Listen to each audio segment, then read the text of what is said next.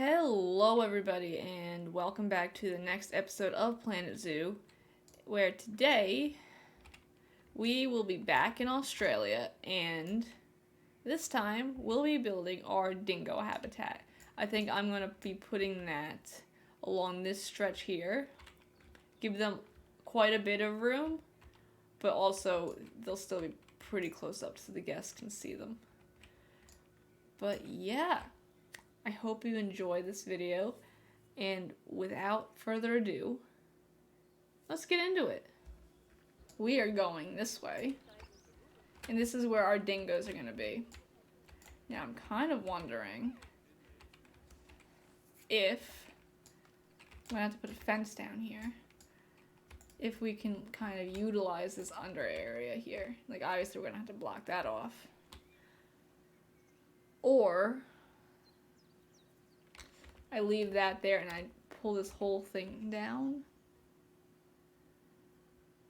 I don't think I'm going to pull it all the way down, like make a moat like this. I think I'm going to pull it down a bit so that'll still be lower than here, but have it so they can go down into that gully. I think that's my current plan. So let's start fiddling with the terrain. That's too big. Let me do a flatten this foundation here, just so we know that they can't get out from there. And I want this to be like this long stretch here, because I want them to have a significant area. So we're gonna go this way and just stretch it out here, and I think we'll probably end off like right there. So they have this gully here. I might push it down just a tad bit more.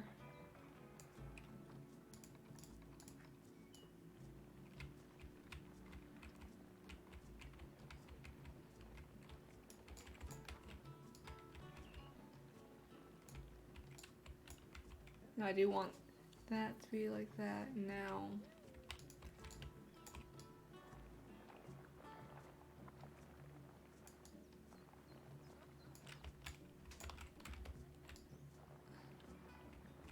Just gonna flatten this side a bit.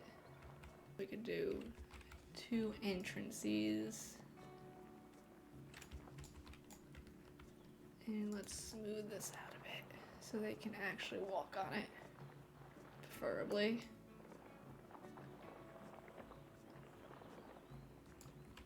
That's not gonna be walkable just yet, so let's pull this out a bit.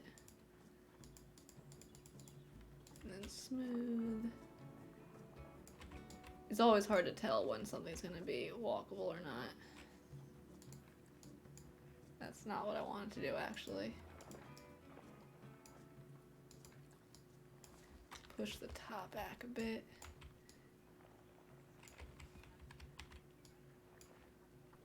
Now let's smooth this all out. Let's deal with that real quick. Well, once they do mature, because they cannot. Their father lives in that exhibit, and we'd rather not have that be a thing.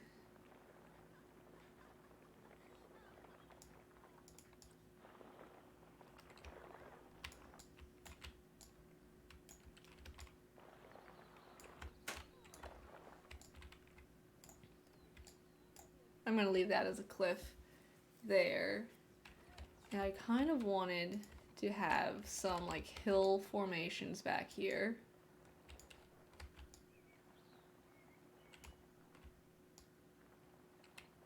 Like obviously mindful of that. And I kind of want to do some more gullies along through. Like maybe not to that extent. Except there was, I might use this as the den now, but I was thinking of doing like kind of an underground-esque den sort of thing. Now, do I still want to do like an underground den sort of? I kind of do, but it's also, let me see what their dens are. That's also not what I wanted. Dingo. Yeah, they don't have it. Now, there is a way using paths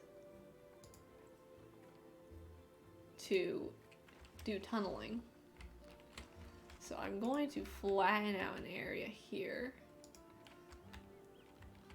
because I'm going to want it to go under here. So we're going to do a flat area here, and then we're going to pull up this hill here. Actually, I'm going to push this down a bit.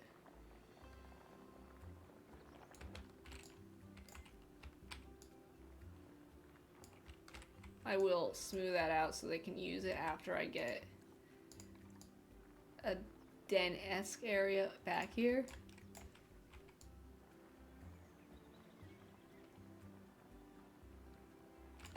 So hopefully that's enough that if I put a path down, hopefully it'll let me.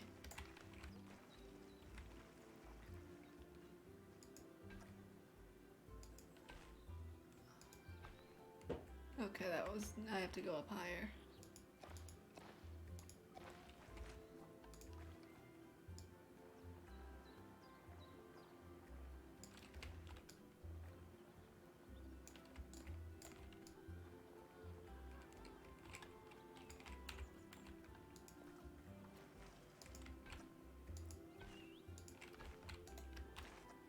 Actually, that's not a bad idea.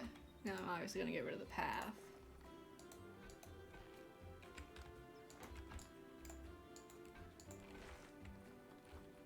Okay. Oh god, why am I going down instead of up? Because now we've got a covered area. Try to fix this so it's actually usable. It's not as like cave-like as I wanted, but I actually kind of like it. It gives them a sheltered area away from the guests, and it kind of looks cool from the guests' point of view. So I'm going to keep it, actually. It looks pretty cool, and I think that's actually a pretty good... I might do some more hills, but I think we're going to get the barriers in first, so we just know where everything goes. Okay. I don't think there's anywhere else they could possibly escape from. I'm kind of worried about these walls, but I also don't think they'll actually be able to get out that way. Over here is pretty tight. They're not going to be able to get out from up here. So, let's send them to...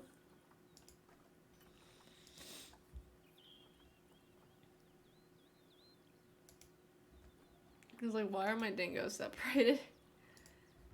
Quarantine.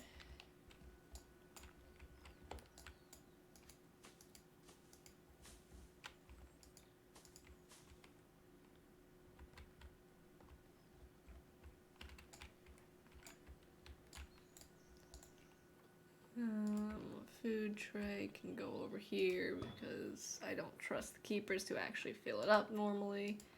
Ooh, they can have a water pool. They still get down, okay. As long as they can still get down, I'm fine with them having that.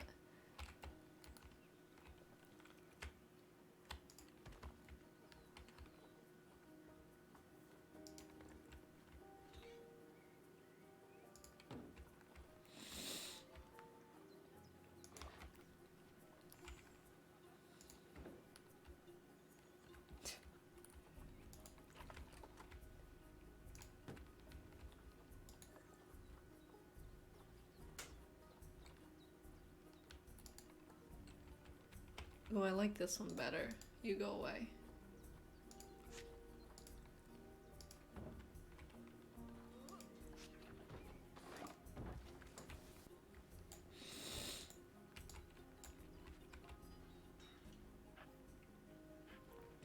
Oh, let's add this to the work zone for right now. I know I have to add another...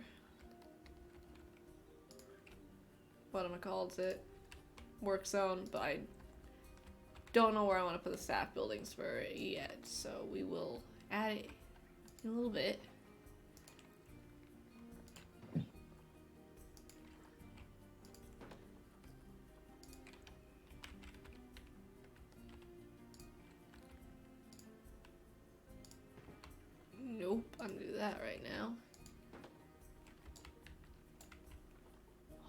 need such a big area? I'll put it back here, I guess.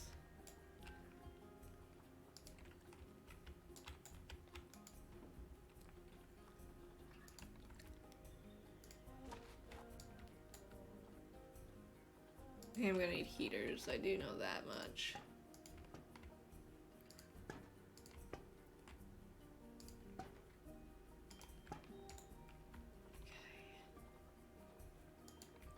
Spray scented sack and go over here.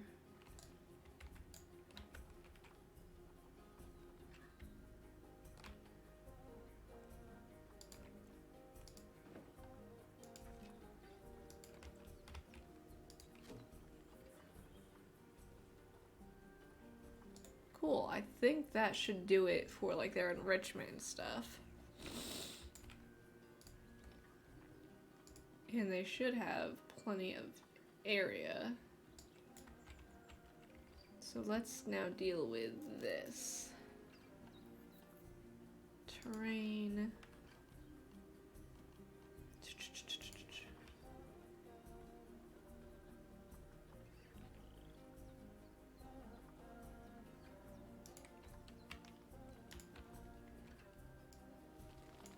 Do need to not do 100%.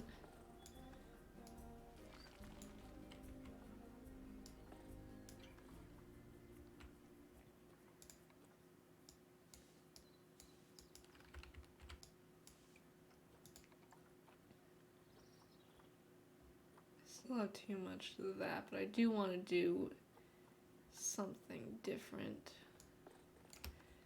I kind of want to do like paths, like where it's obvious that this is where they walk a lot. Okay.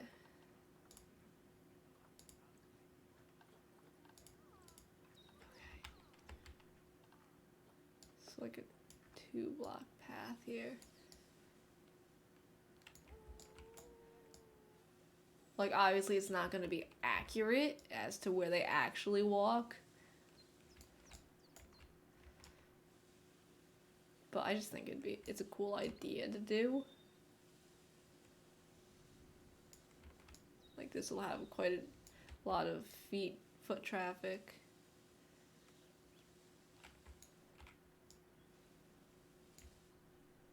Then down into the den.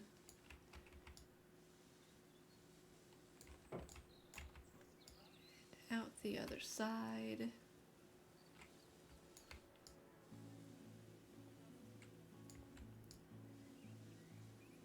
Which then kind of goes down into the soil, which will then have some heavy soil down here.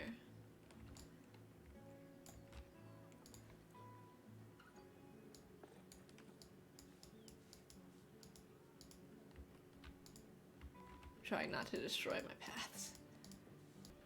Okay, that should do it for like their terrain.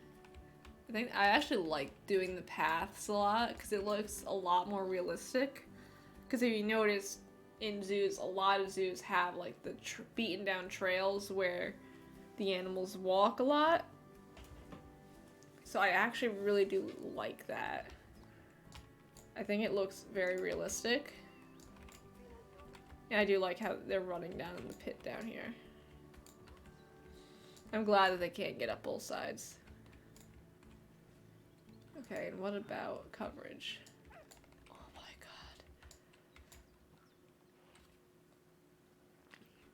god. I am going to throw quite a bit of coverage down.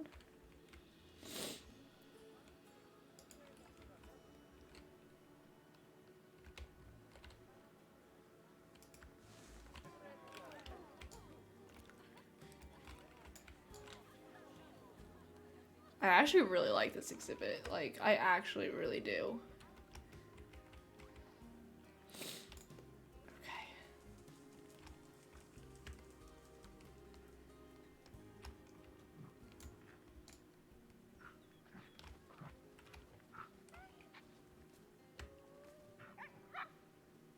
I really like it. But now on to the fun part of adding this stuff to it. Well guys, that's gonna do it for today's video. Thank you so much for watching, and like last time, before we end off, I'm going to give you a quick walkthrough of what we did today and what our zoo is looking like so far. Obviously, we're starting off with our pain in the butt lizards, the Lesser Antilles iguanas. They cause me so much trouble. They're worse than the spiders. But I know we all want to see the dingo exhibit up close. And yes, I'm aware I call it exhibit.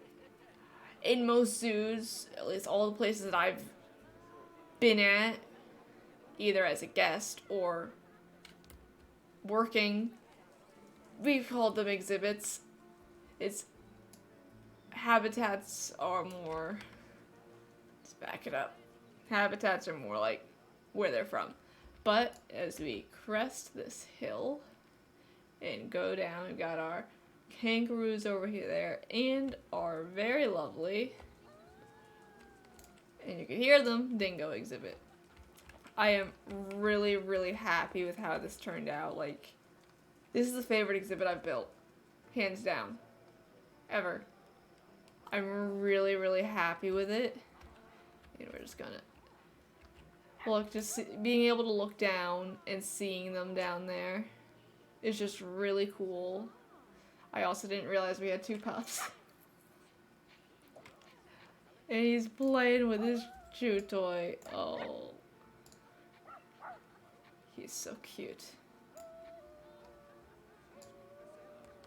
But yeah. Let's get over here and hop down. I like this trench area. Just because letting the animals come down here and then being below the guests is just a really cool, I don't know, I really like it. Though I will say my favorite thing that I've done with this exhibit is adding these paths, like where the dingoes would, in like a regular zoo setting, and it's not like just like AI-esque motions, where they would be walking. Because that's very realistic to the paths you'd find in actual zoos. Because animals tend to walk the same paths all the time, so they leave ruts. And I just think it's really cool. I really enjoy this. I really like the cave here. It's got its issues. I'm not going to say it doesn't, but I think for my first try, it came out pretty good. And oh my god, they're so cute. But yeah, thank you all so much once again. I really appreciate you guys. And as I've said before, if it wasn't for you guys, I wouldn't be doing this. So, thank you so much, and I will see you all next time. Bye!